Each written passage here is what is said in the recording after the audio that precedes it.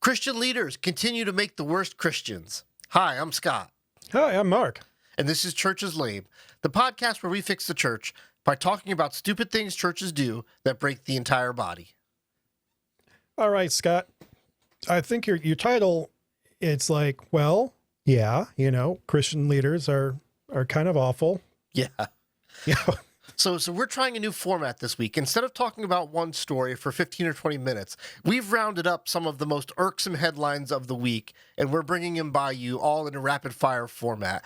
In the comments, please let us know what you think. Do you prefer the old style of one deep dive at a time? Words is hard. Deep dive. One deep dive at a time? Or do you like this more rapid-fire approach? Leave us a comment. Okay, so a lot of the stories I found this week had to do with the same old. Pastors abusing women and then pastors trying to get over on it. So, all right. The first headline I found was J.D. Hall removed from church due to serious sin, quote unquote. And so J.D. Hall is a celebrity pastor in Australia, also kind of a celebrity Christian critic, criticizing the woke movement and, more progressive strains of Christianity, very outspoken, very popular for it. He was arrested with a concealed carry firearm under the influences of drugs and alcohol after making multiple driving offenses. And so apparently this was good enough to get the board kind of into high gear and to dismiss him post-haste. And I would hope that, a church would react that way to this kind of thing. I mean, it's like whatever this individual needs. Yeah. They're not going to be able to be a pastor while doing it. Exactly. It's always funny that it's always the most outspoken critics of others that end up themselves being abundantly flawed. You know what I mean? Yeah. to try to put it in a nice way, yeah. Yeah, this is nothing like even resembling a new phenomenon. I mean, I think Shakespeare, yeah. Right? Yeah, said it best. It was like, methinks she doth protest too much. Yes. So eloquent. Yeah. Yeah, which I think I love that, Yeah. And yeah, from the 90s, right? Oingo had a song called Insanity. Yes. Which I love. It's a fantastic song. Danny Elfman's, the bomb, Right. And if you don't agree with me, you're a bad person. That's all there is to it. Exactly. Yeah. But again, like it really savagely attacks this kind of thing. I mean, it's just like, whenever a pastor is, if I can call them outspoken on a subject, right, I can just about guarantee that whatever they're preaching against, they have a box of underneath their bed. Right. Yeah. This particular article hit close to home for me, not because of the article itself, but because you and I can tend to be outspoken critics, right? So there's a little bit of a cautionary tale in here for us to make sure that what we say is actually one, true, and two, correct. And those two things aren't always one and the same. And three, right. And then the other thing is that, like we talk about a lot, our lives need to contain an abundance of radical accountability and radical transparency to make sure that we don't get caught in these same kind of murky waters of quote unquote moral failure. Yeah, of course. I mean, neither one of us, to my knowledge, is a pastor at this point. So, it's like, our responsibility with a podcast, YouTube thing, like our whole point is to kind of be over the top. And I think, as long as we don't start, drinking our own Flavor Aid, then I think we're doing okay. Yeah. And you and I both have wives who are totally unafraid to tell us that the only place where we are important is in our own bathtubs, so. Yeah, I was like, I know that some of the listeners of this podcast are people that know me personally, and they will be like, dude, you were really way off on that. So like, and thankfully, like that accountability. I mean, we have that to some degree, and I would hope that like anybody watching this or listening to this, if we see something like completely cranked out, Yeah. yeah, that's what our email address is for, harass us about it. Exactly right. Yeah, we are not above criticism. We are not above, being wrong. It happens all the time. To me, it happens on a daily basis. You know, one of the nice things, I like, in all seriousness, one of the words is hard. One of the nice things about getting older is the ability to look backwards and actually see how I have changed and how things that I thought I believed one way are things that actually, I was wrong about. And as I've matured and understood myself and understood the Bible and the heart of Jesus, my thoughts have changed over time. And that is actually a refreshing thing to know, that I am capable of breaking out of my own ruts and being able to still, I don't know what the word is, still have those aha moments and make turns based on that. Yeah, like I'm old enough at this point in my life to know that when Weird Al's saying, let's get all liquored up and shoot at everything that moves, that wasn't an aspirational goal. Yeah. Unlike this, Australian pastor, it's like Australian for sin, it's like, yeah. this is just, this is less sad than just bizarre. Yeah. Yeah. All right, so let's move on here, because we said this is going to be rapid fire. No, not rapid fire, truly. It's not like we're trying to do like 5 articles in 5 minutes or anything. Yeah, don't use a stopwatch. You're going to be disappointed. All of a sudden, we're like, hi, I'm Scott, and this is 61 minutes, If only we had that kind of viewership. Woo, right. Doggy. All right. Oh. Second headline. So here's the headline from Real Clear Religion. Can the church still enact justice when pastor sues his accusers? So here's the deal. Without naming names or naming places, yet once again, a pastor gets accused of sexual assault, which surprises absolutely nobody in 2022. But the weird turnaround in this one is the pastor then turns around and sues the person who's accusing him. And the church immediately kind of goes, no, dude, like we're not part of this. Whatever the pastor's doing, he's doing on his own in a civil suit and does not represent the church in one way, shape, or form. So, I'm glad they distanced themselves from this fool. Yeah, they were unequivocal about it, so that was kind of nice. Yeah, and this also seems like the super grown up version of you're a cheater. No, you're a cheater. Yeah. Yeah. Yeah, a little bit. There's a part of me there's a part of me that wants to do the whole well, pastors are Americans and citizens too, and they should be able to avail themselves of all the tools that any other person avails themselves of. And I'm like, well, yeah, man, if somebody steals $1,000 from you, go ahead and take them to court and get your $1,000 back. But court is not the place where a pastor whose job is to proclaim the reputation of Jesus. Court is not the place for him to proclaim his own reputation or to try to save his own reputation, because his reputation should have never needed rehabilitation, right? His reputation should have been above reproach at the same time. His staff and his elders and his support group should have been helping him to protect that the entire time.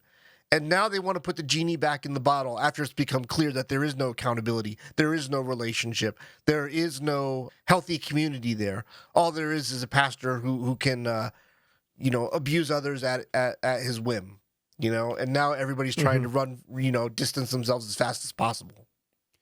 Yeah, and there's this whole thing about Jesus saying things that we're supposed to listen to. Yeah. Oh well, come on. It just seems like that's kind of a core tenet of Christianity is listen to Jesus. So when he says things like, if someone slaps you on the cheek, offer them the other. When somebody demands your shirt, give them your cloak too, or whatever. It's this whole idea of loving your enemy. Nothing says to me you shouldn't be a pastor like this. Your job is to teach people these words, and then you cannot live them yourself. I think Like how this is broken is pretty obvious, I think, to a 5-year-old. But Mark, you're being so literal when you quote Jesus. How can you expect us to live up to that standard, Mark? Well, because I'm arrogant. Right. And here's the thing. Like, we pretend that these standards are super high when the truth is God sets the standards so low that we have to work not to trip over them. Love your neighbor, love God, love one another. Don't kill people. Don't steal from people. Don't bear false witness. These are not high standards. These are the lowest of the low standards. And we sit here complaining as if it's some sort of task to do them. Yeah, seeking revenge takes work. Yeah. Like, it is not hard to not seek revenge. Yeah. And it's one of those things like, I'm pretty sure that, this pastor is probably like every other pastor and had actually done the things they're accused of. Right. Yeah. I mean, and it's before anybody freaks out and starts hammering the keys on the comments, right? It's like, I know, like, there are, people out there who are accused of doing things by people in the church who didn't do them. Yeah. But, at one point in my life, I was at a church where one of the youth pastors was having inappropriate relations with one of the youth. Right. Now, I'm not going to name any part of that. Yeah. Because if my voice, then who I'm talking about. Yeah. You. Yeah. So, and that was a thing. Like, it was things that I didn't realize at the time because I was kind of young, but after the fact, I'm like, oh wait, what the heck was that? I got a little bit more savvy and I realized I'm like, oh, there was some really bad stuff going on there. And then I ended up, asking somebody else in the youth group about it. And she was like, oh yeah. Yeah. But in this particular story, like, we're way past that. Like, once you go to court, that somebody's done something because the consequences for that not being true are more than just negligible, right? When you commit perjury, there's either going to be jail time or there's going to be a fine or there's going to be some sort of real consequence for lying in court. You know? So, like you said, there's just no doubt that this dude is just lost the plot in several different ways, right? I would say so. Suing somebody who accuses you. Like there was that one story we talked about where the pastor sued the church that fired him. I get that, right? Like, if you truly think you've been wronged, and once again, pastor's a person, they should be able to make use of the legal system like anybody else. So if you feel like you've been wrongfully terminated, take your shot and see what happens. But that was the pastor that was like extorting money out of his church too. Exactly. Right? Yes. But it's another thing. Like, this is a whole nother thing. Like, dude, when you're being accused of sexual abuse, you don't go suing other, that's it makes you look automatically guilty. Exactly. Right. You know, it's like, because like an innocent person goes, hey, look, you know what? Everything's going to come out aces and that will vindicate me. Exactly right. Exactly. I don't need to start doing the no, you're a cheater thing, Yep. Exactly right. You should do that voice more often. I like that. I don't know if I should. All right, moving on. Okay. Let's see. Oh, hey, look, more of the same here. Canadian, something's up with the Canadians this week. Okay. I thought that, hey, amen. Okay. A Canadian megachurch, one abuse investigation spurs another.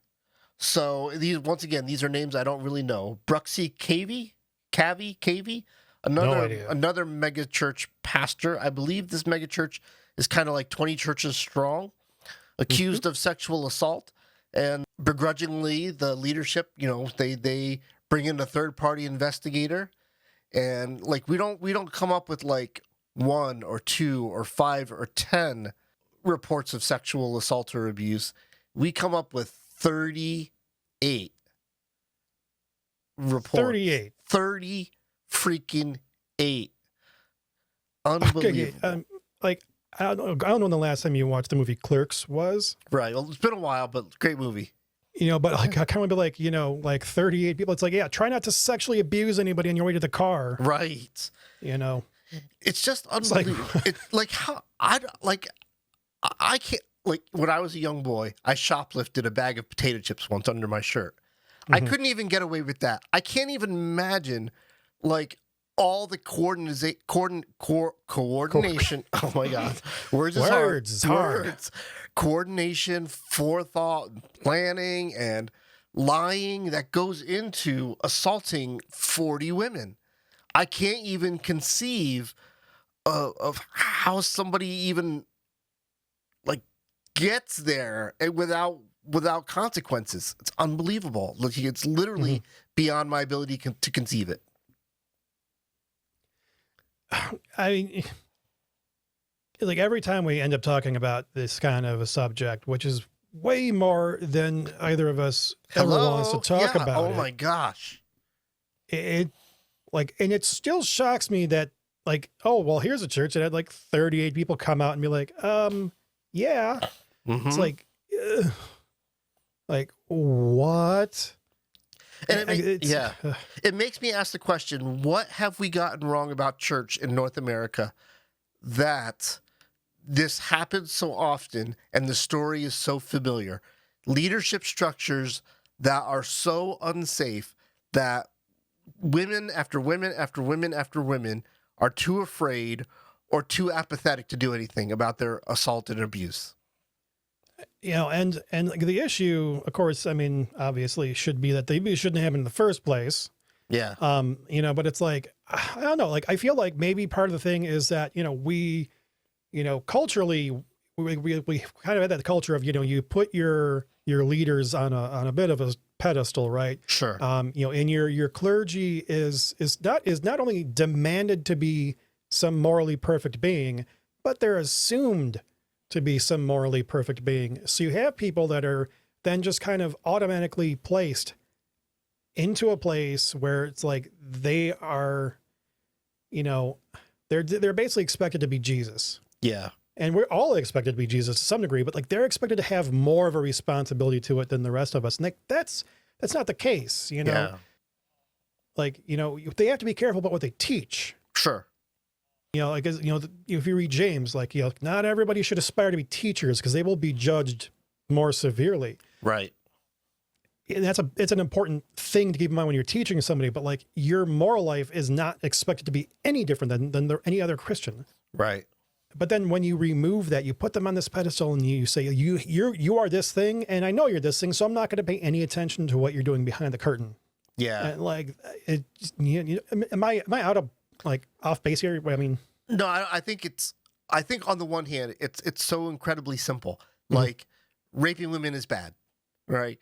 On the other hand, like the circle of how out of control everything gets to get us here it's hard to succinctly communicate it, you know?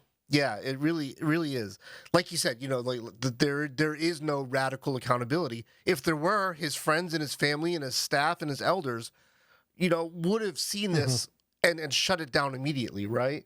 There is no, you know, there's no accountability. There's no transparency. Clearly, the pastor is not being transparent with his family and friends and staff and elders. And clearly, others aren't being transparent with him. Like, hey, you know, you seem to be, you know, slipping out on your wife a lot. What's up with that?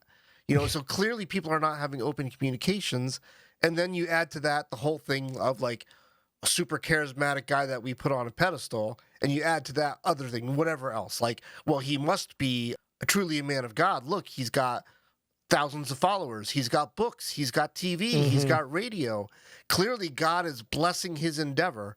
So I just need to sit down and shut up and not get in the way of it, you know? Yeah, and that's just, nobody should ever think that. Yeah. Just period. I mean, it's you know, people are people. Yeah, I don't need to say anything else about that.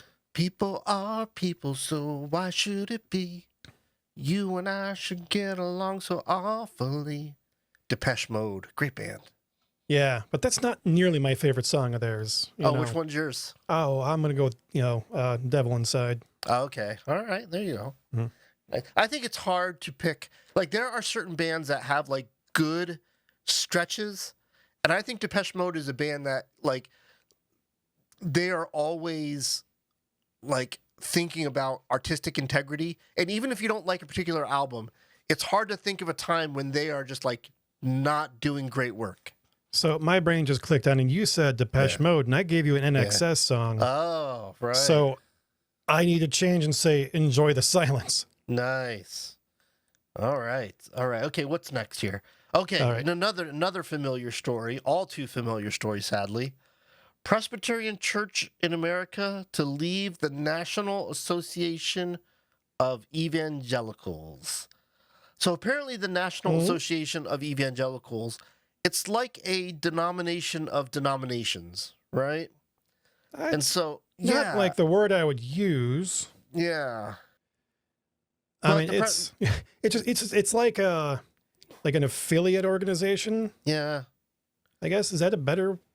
Yeah, like once again, it's churches that don't necessarily have a relationship for any other reason than for like some sort of financial gain of some kind. Like, hey, if we put more people together, it's cheaper to get insurance, or it's cheaper to have some sort of national conference or something, right? But these are churches that don't necessarily do life together or who minister together. There's a very specific reason that they kind of join forces, But once again, this particular Presbyterian church is feeling like they're being strong-armed to be more progressive, to be more inclusive of the LGBTQ, and they're just not having it, so they're taking their ball and leaving. Yeah, and this is, like, once again, just the height of stupid. Yeah, I agree.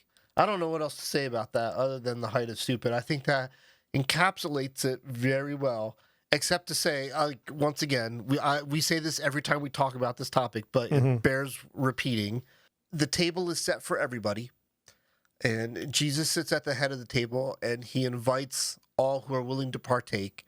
And if the rich and the powerful and the important in society aren't willing to partake, Jesus is more than happy to invite the dregs of society, the homeless, the tax collectors, the harlots. He makes no distinction at his table.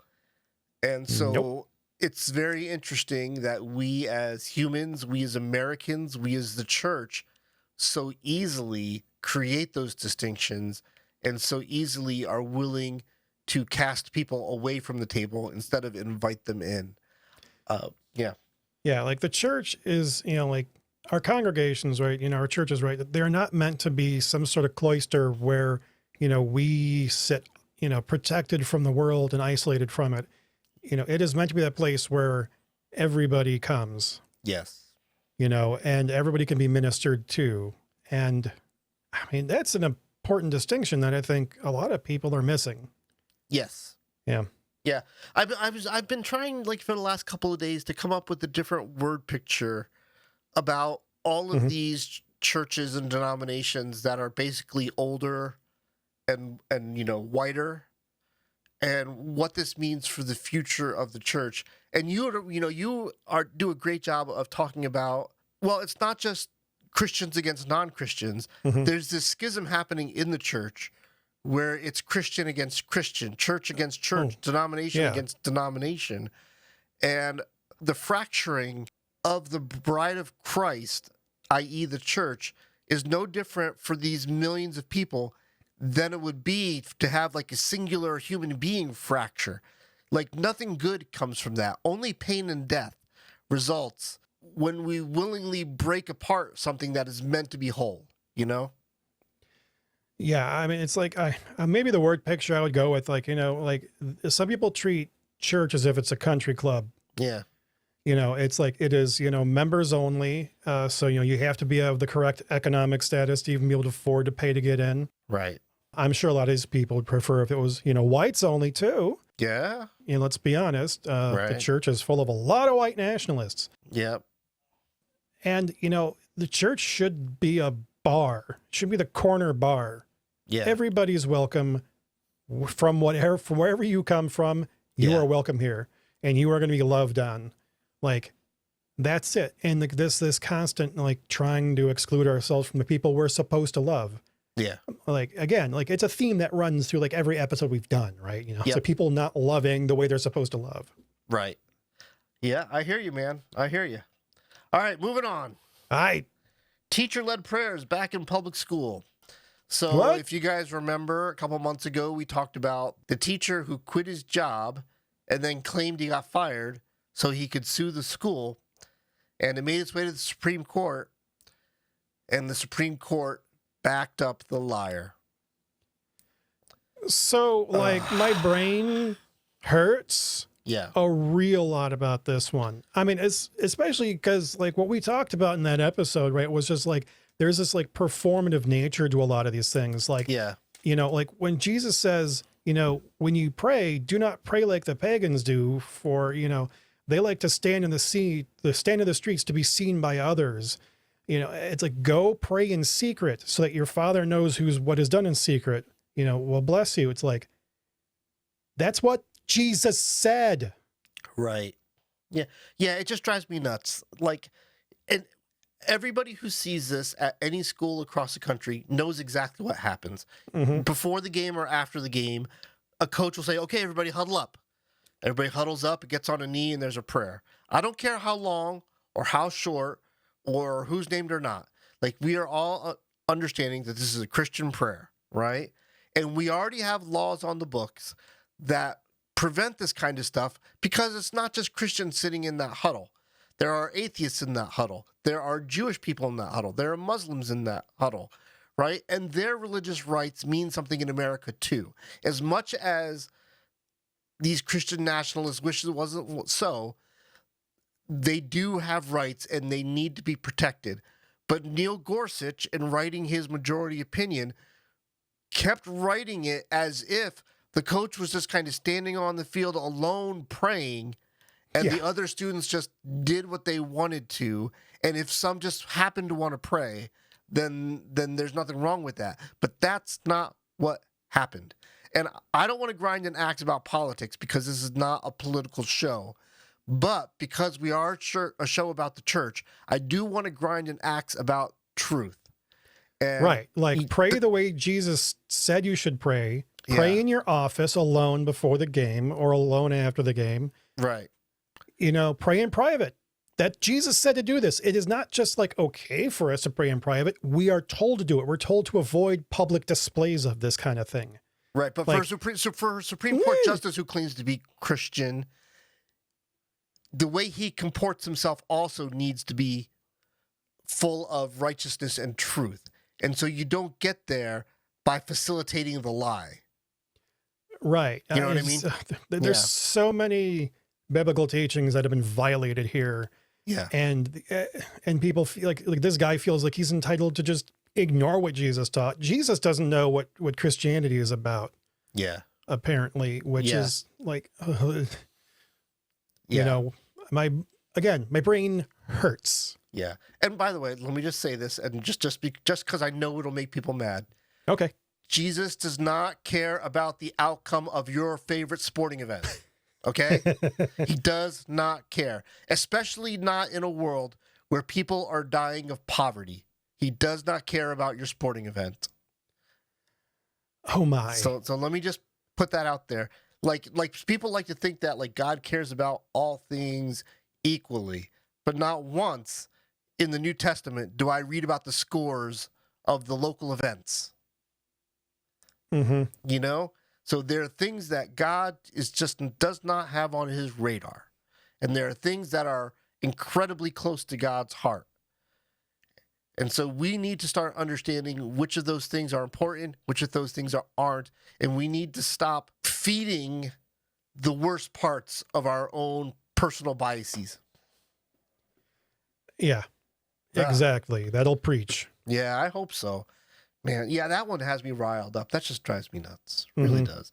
Like we spent like in this country, we've spent decades and decades and decades, like finally honing and crafting the idea that everybody has rights. Everybody has rights to worship, and everybody has rights not to worship.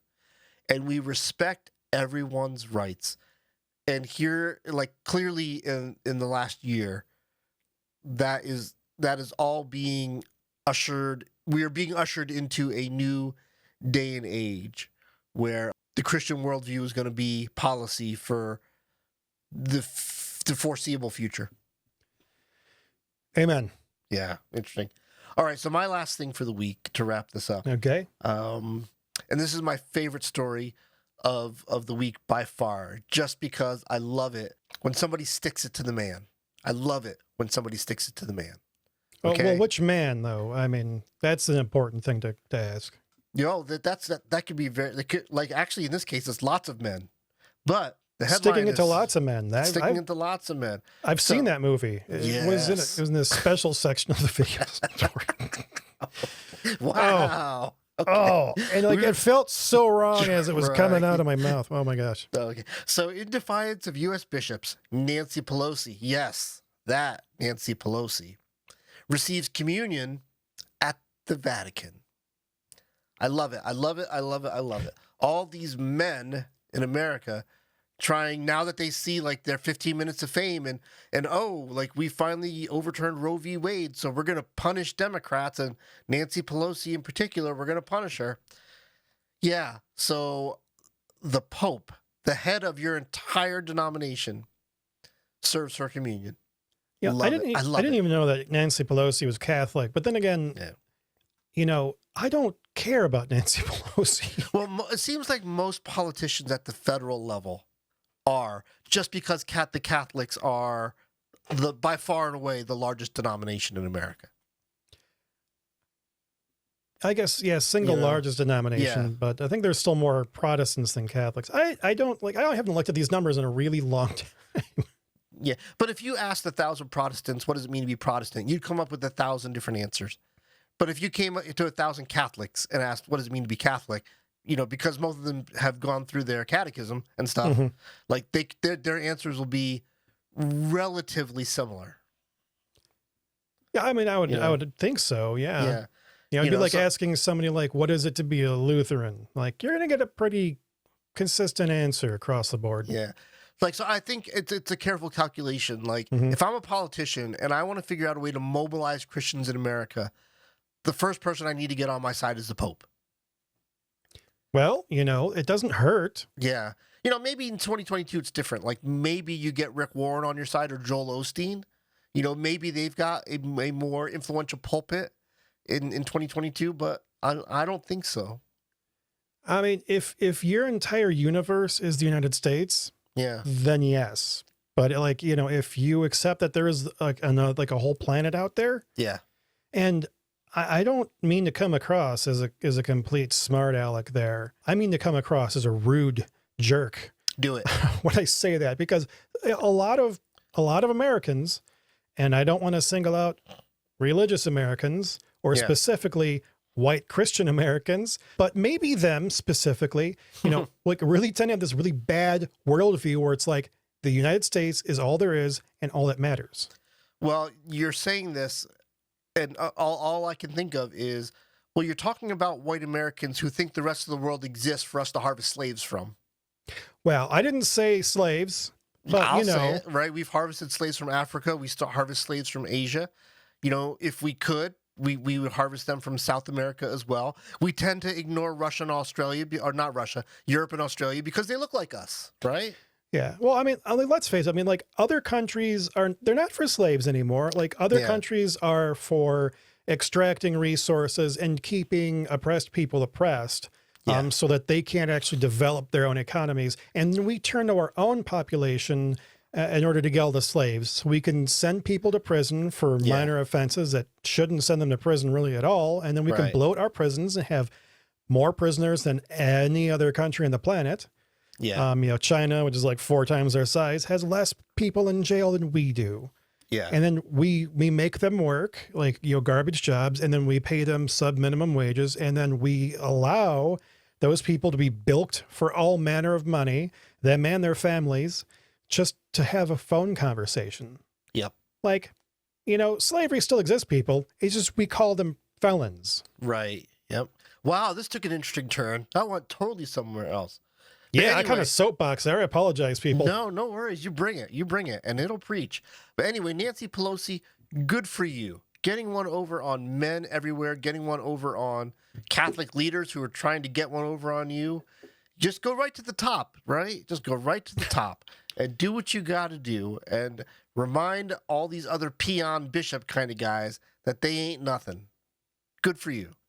Yeah, I mean, and like a legitimate question, you know, why would the U.S. bishops be so uptight about Nancy Pelosi getting, you know, I mean, she's a person that, you know, the Vatican would know, right? Like, if the Vatican is okay with giving her communion, like, what's your objection? Yeah, well, I mean, there's probably a lot of nuance and a lot of layers to that onion. I would probably say that if you are a bishop or an archbishop in a large city like New York, you're as much a politician as anybody else is, right? Mm-hmm. And so there are political points to be won to punishing a Democrat like Nancy Pelosi. But once again, like we're in political weeds, and this is not a political show. Yeah, whatever. You know what I mean? Yeah. You know, but like I just enjoy church leaders who think that they're being clever, being put in their place. I'm all for it. I'm here for it. Okay. Yeah. All right, moving on. New subscribers. We continue to be so appreciative of your continuing support. And on YouTube, we have a new subscriber, Meg, who also happened to leave us a comment. So she's both a new subscriber and a commenter. And, right on. Yeah, and so one of her comments was, let me see here. Let me see if I can't find which one. This is in the video of Bobby Houston from Hillsong not going down without a fight. And her comment is, there's no hate like Christian love. Keep up the good work, lads. I love your work. Signed, an evil agnostic. Well, Meg, you evil agnostic, we are going to keep up the good work. Thank you so much for supporting us. We really appreciate it. And thank you for signing an evil agnostic, because that is just awesome. I would have also accepted Hail Satan. Just because, you know, hey, you know, like, yeah, like we're Christians, but, you know, if we can get, you know, somebody who's an atheist, agnostic, you know, Buddhist, Muslim, Satan, or, you know, Satanist, like whatever your religious practice is, like if you can connect with us and sit at our table, you know, you're welcome. Absolutely. You know, we love that we can have company like you. Yes, indeed. All right. And then another comment that we had, this is in reference to the story that we did about the Texas pastor who called for the government to kill all gay people. Okay. And the commenter is DMM. And the comment is, I'm pretty sure that these people are of such a small percentage, they're irrelevant. You're the ones who are bringing it to the light, maybe unnecessarily. Disagree. Yeah. Survey says. Or the British one. You know. Oh, I didn't know that. It is the sound for the British version of this show is real. It's mean. I love it. Oh, nice. It's like, it's like, you know, like Nelson from The Simpsons. Yeah. Like making fun of you. But, you know, yeah, you know, I totally get where DMM is coming from. Like, yeah, like this dude is a very small percentage of people out there. But the thing is, how many people need to call for the widespread, you know, extermination of their kind, which some might call genocide? Hello. Before it's too many people. Because in my opinion, one person calling for the genocide of an entire people group is too many. Yeah. This is just such simpleton thinking, this whole comment. It's basically, when I read this comment, we're basically ushered back to the days of, well, if you don't talk about it, it isn't real. It's like, and then I think about like the half a dozen stories we just talked about of girls getting abused. Well, sweetie, if you don't talk about it, you'll get over it. You just got to not talk about it and move on. You just got to move on and pretend it didn't happen. Yeah, like those imbeciles that say if we just stop talking about racism will go away. It'll just go away. It'll magically go away. Like that's not how this works. Right. While people are still talking about like we need to celebrate our Southern heritage. It's like, yeah, so not talking about it's going to make racism go away. Yeah, that's the answer. Yeah, remember that time when we went to war and, you know, trying to like stand up for our rights to own humans? Right. Yeah, I'm sorry. I don't mean to be that nice about it. Yeah, like, and I feel bad because I don't want to jump up and down on DMM, but No. I do very much mean to jump up and down on bad thinking, bad theology, and bad execution of good living. You know what I mean? Having a good life, having a well-lived life. If you don't talk about it, it doesn't exist. Like, what kind of lowest common denominator thinking is that? Because DMM isn't the only person who thinks that way. He's just yet another name on a very large list of names who just doesn't want to talk about it. Right? Yeah. And, I mean, maybe that's being unfair to say he just doesn't want to talk about it. But, you know, I can see where, he might be coming from in saying that, hey, it would just kind of go away if you didn't bring it to the top, right? Yeah. It's like this idiot would just fade out into nothingness. Yeah. And, maybe DMM is right. Maybe this guy would just fade away. But again, when the guy is calling for actual genocide, it's like, I can't accept a single person with a genocidal impulse. And, it's like, yeah, he's a very big minority, which is also why we did one episode and not our entire podcast is not about this one, person or this one phenomenon. Yeah. So I would hope that is, going to speak well on us to say that we're not unnecessarily bringing it to light. We're bringing it to light. It's important for people to know, but we're not going to keep hammering on it constantly, I don't think. Right. The other thing about this is that there are things that we need to stop talking about. Mm-hmm. There are definitely things that we need to stop talking about the way we talk about them. Like, for instance, you and I are both citizens of the Chicago area. It drives me nuts when people talk about the amount of gun-related crime in Chicago, right? Mm-hmm. As if there's some sort of problem. But Chicago's a major city. Of course we're going to have more gun-related crime than Podunk, Rhode Island or something, Mm-hmm. So you need to shift the conversation to having a conversation about gun-related crime per capita, right? But that's only something you can do with people who are willing to stretch their minds and have nuanced conversation, and actually compare apples and apples and oranges to oranges. And so there's a part of me that wants to engage in conversation with everybody, but there's a part of me that knows that the only way you make progress is by having conversations with people who are willing to have the real conversations and not just kind of these fake petty ones. You know what I mean? Yeah, yeah. And that's kind of to me, the most aggravating part of that comment. Yeah, hey, but dude or girl, or I have no idea. No idea. DMM, no idea. I was kind of hoping it'd be DMB. Maybe it's Dave Matthews. Yeah. Dave Matthews Maniac. That's what I'm calling you now. There you go. Nice. So, hey, but thanks for engaging us. If we got your comment completely meaning wrong, well, I mean, please clarify.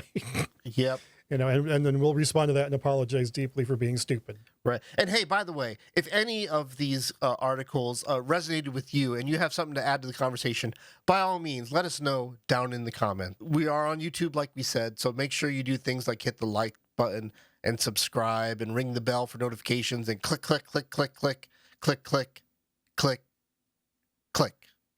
And if you want to get a hold of us right away and get it right in front of our eyes immediately, by all means, reach out by email, churcheslanepodcast@gmail.com. And, for me also, thank you so much for being part of this and for being, part of this experience, listening to what we have to say and, responding to it. I mean, it's amazing that we can have any kind of a dialectic going on here. And of course, this is also the part where I try to say something very clever, including the name of Rob Bell. But I usually think about that while you're kind of doing your last little. I segued kind of hard in there. My apologies. I'm not a good wasn't being a good co-host this week. So just insert clever Rob Bell thing here, and Rob, we want you on our podcast. So if you're hearing me, email us, please. Yeah, please. Yeah, and with that, may the Lord bless you and keep you. May the Lord make his face to shine upon you and be gracious to you. May the Lord lift his countenance upon you and give you his peace. Amen.